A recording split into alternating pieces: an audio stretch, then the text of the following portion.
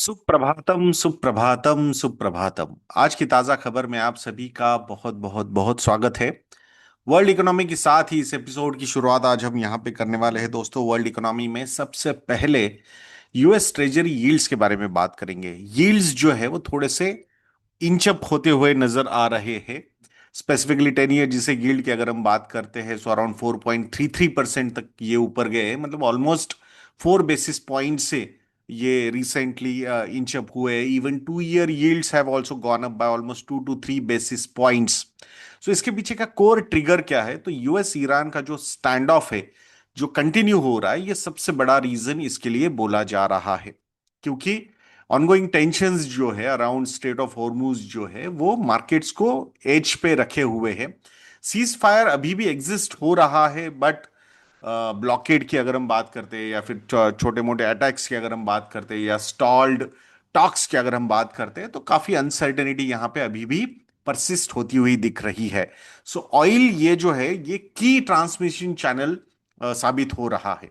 सो crude oil prices का $100 पर barrel के ऊपर होना, ये बहुत ज्यादा सप्लाई फियर क्रिएट कर रहा है। और higher oil prices will definitely add inflation expectations.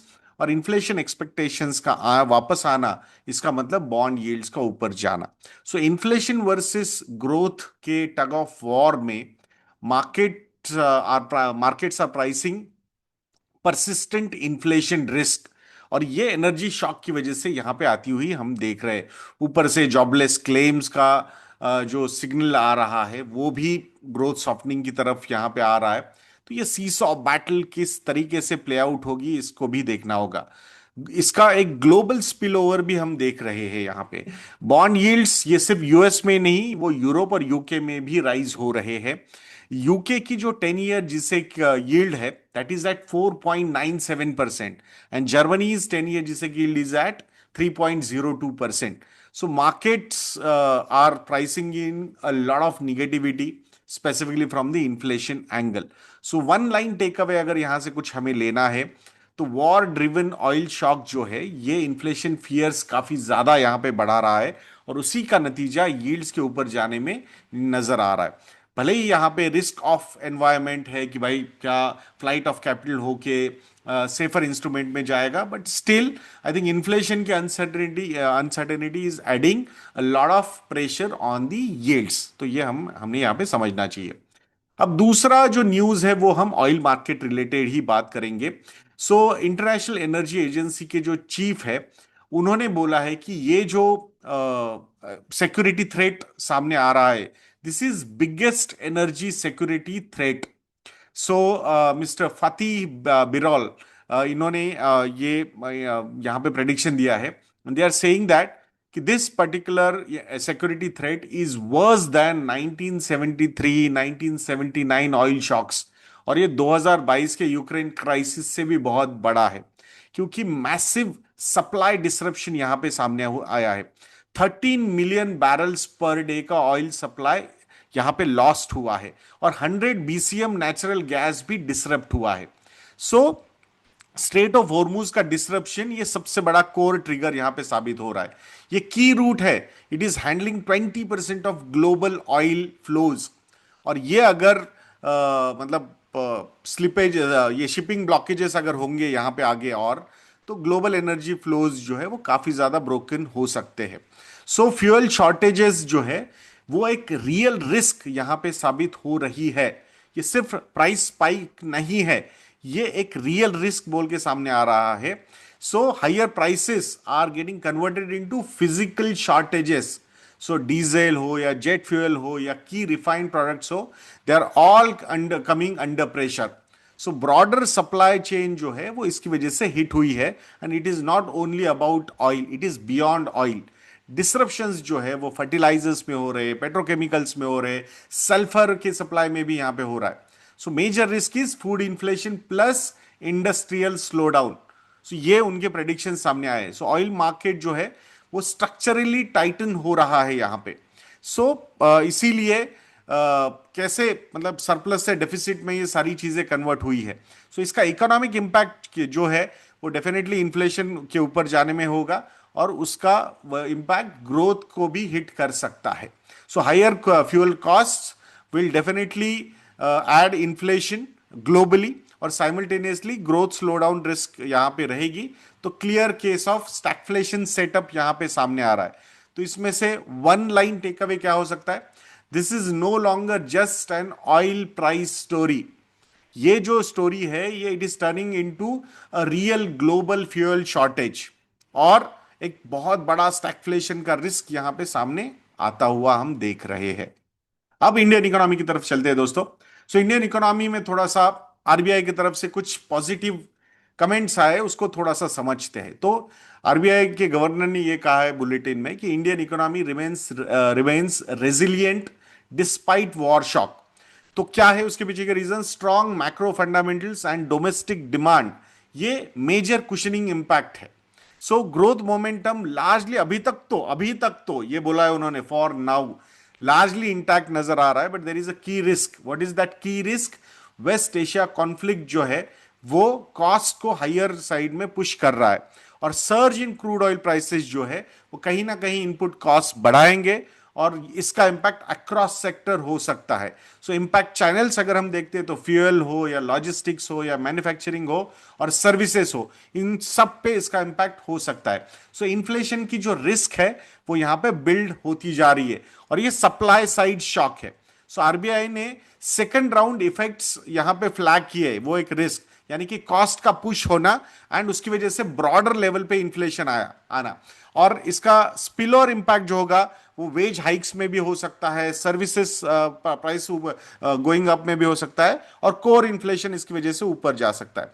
So this is not just oil, this is broader cost pressures.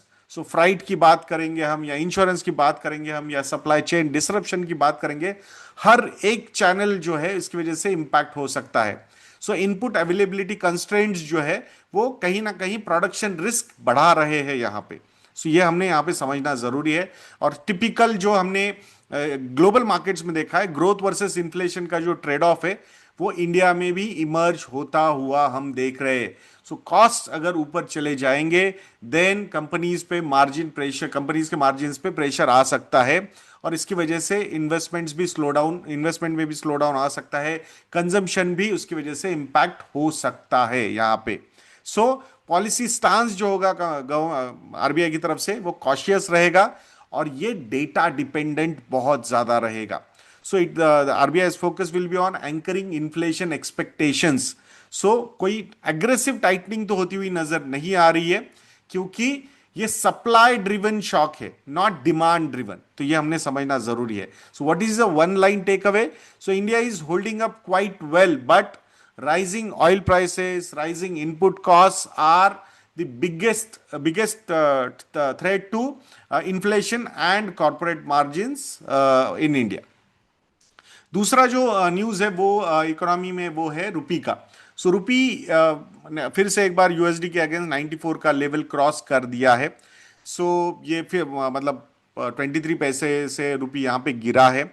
ये 4 डे कंटिन्यूस फॉल यहां पे हुआ है. लॉन्गेस्ट लूजिंग स्ट्रीक है ये in recent weeks. So total fall जो है इन 4 sessions, rupee has gone down by 120 पैसे. 1.3% से रुपी यहां पे डेप्रिशिएट हुआ है against dollar. So within a week 1% से ज्यादा यहां पे रुपी गिरा है. So what are the key drivers behind this? So oil surge ये कोर ट्रिगर है. ब्रेंट क्रूड प्राइसेस का ऊपर जाना, $103 पर बैरल पे, इंपोर्ट बिल का ऊपर जाना, ये रुपी की वीकनेस बढ़ाता है. यूएस ईरान कॉन्फ्लिक्ट की uncertainty, Hormuz tensions, they are actually getting, उसकी वजह से ऑयल के प्राइसेस ऊपर जाना, रिस्क एवर्जन बढ़ना, और रुपी पे फिर से प्रेशर आना. प्लस ये सब हो ही रहा है उसमें एफआईआईज का outflow. So equity sell off हमने ऑलरेडी देखा हुआ है. लास्ट मतलब yesterday also FII sold almost 3,254 crore rupees. तो उसका भी इम्पैक्ट कहीं ना कहीं रुपी पे हुआ है. स्ट्रॉन्ग यूएस डॉलर, मतलब डॉलर इंडेक्स का ऊपर जाना 98.53 पे है, 0.12% से डॉलर इंडेक्स ऊपर गया है, और स्पेसिफिकली इमर्जिंग मार्केट करेंसीज के अगेंस्ट डॉलर स्ट्रेंथन हुआ है. तो ये सारे फैक्टर्स है. सो अल्टीमेटली अगर ओवरऑल कॉन्टेक्स्ट की अगर हम यहाँ पे बात करते हैं तो हायर क्रूड ऑयल के प्राइसेस होना, इसकी वजह से करंट अकाउंट डेफिसिट हमारा ऊपर जा रहा है और करेंसी में वीकनेस हमें दिख रहा है। Persistent FPI outflows also are मतलब putting pressure on Indian rupee because dollar की डिमांड वहां पे बढ़ती जा रही है। So what is the one line take away from this? So oil shock plus FI outflows and plus strong dollar, यानी कि डॉलर इंडेक्स का स्ट्रॉन्ग होना, ये सारे factors are actually putting pressure on rupee. So rupee जो है वो under sustain depreciation pressure जो ये है हमें यहाँ पे नजर आ रहा है। अब स्टॉक स्पेसिफिक न्यूज के बारे में बात करेंगे दोस्तों, जिसमें फर्स्ट जो न्यूज है वो इन्फोसिस की है। सो क्वार्टर फोर के रिजल्ट्स आ चुके हैं इन्फोसिस के।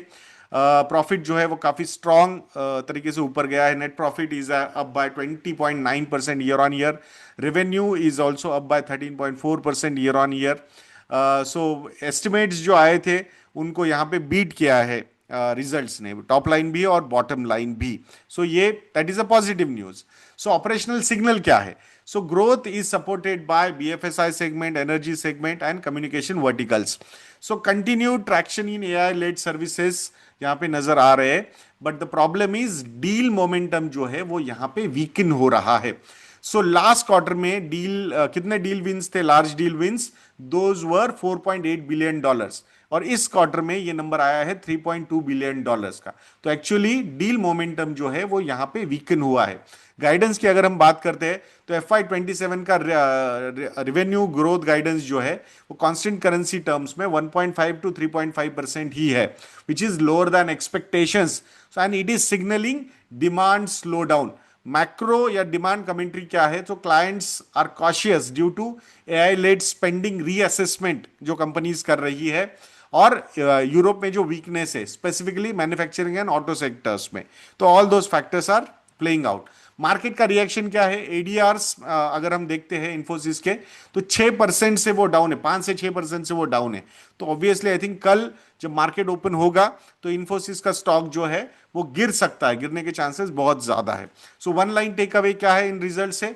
Q4 के नंबर स्ट्रांग है, बट FY 27 का गाइडेंस जो है वो काफी ज्यादा वीक है, और डील स्लो डाउन भी यहां पे हमें नजर आ रहा है। So market will most probably will show disappointment in their मतलब स्टॉक प्राइसेस में अगर हम देखते हैं तो। नेक्स्ट जो न्यूज है वो टाटा कैपिटल की है। क्वार्टर फोर FY 26 के नंबर्स आए हैं, और प्रॉफिट जो है वो मैसिव वे से ऊपर गया है। Net profit number is at 1182 crore rupees, 80.6% से ईयर ऑन ईयर ये प्रॉफिट ऊपर गया है। सो कंसोलिडेटेड परफॉर्मेंस अगर हम देखते हैं तो काफी स्ट्रांग है।